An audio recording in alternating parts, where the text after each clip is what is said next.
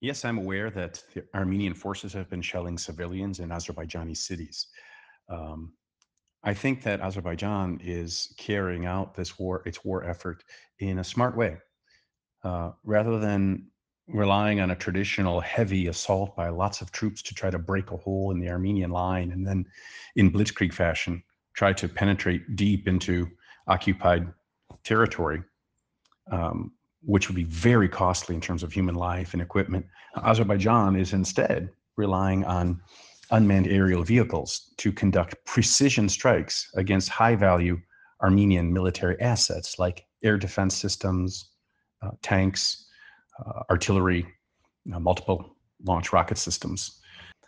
The other thing Azerbaijan needs to be careful of doing is definitely not to respond to Armenia's attack on Azerbaijani cities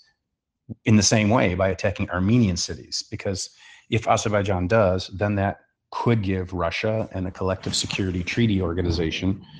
an excuse to intervene militarily. For now, Azerbaijan seems to be on a successful path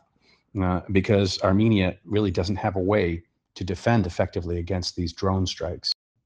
It's clear that the Armenian side is really struggling to repel Azerbaijan's attack and is maybe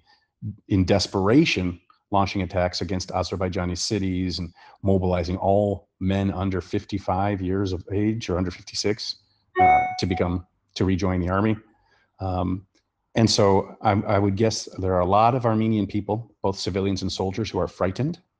and who don't think their leadership is on a path toward victory,